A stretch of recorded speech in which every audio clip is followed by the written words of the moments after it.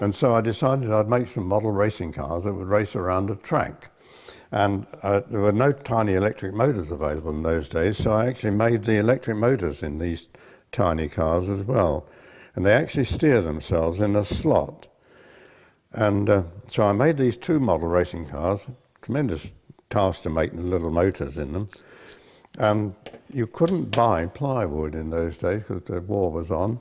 The only plywood that we had available was the blackout board that was put up in the window of the hut when the lights were on at night.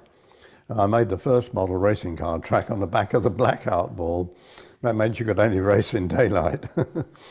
But immediately the war was over, I got my hands on the German bomb site computers, the Kurzkoppler as they call it, and they had lovely electric motors in them. And I made these 2 model racing cars, bigger than the other, with the German electric motor and the gear wheels and so on, and even the ball bearings for the front wheels come from the German bomb site computer.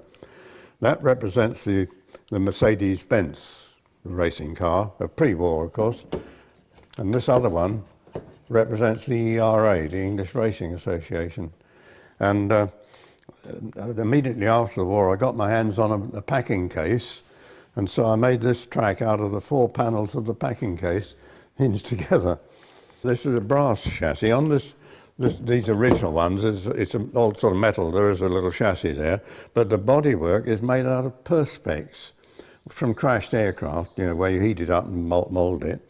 And but on the later ones, I made the bodywork out of brass.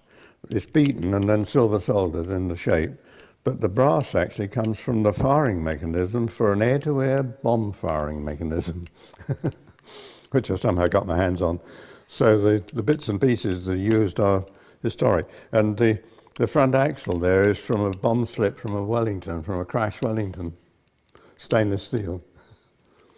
But unlike the Scalextrics, which followed on many years later, these actually steer themselves, whereas the Scalextrics is forced to follow the track.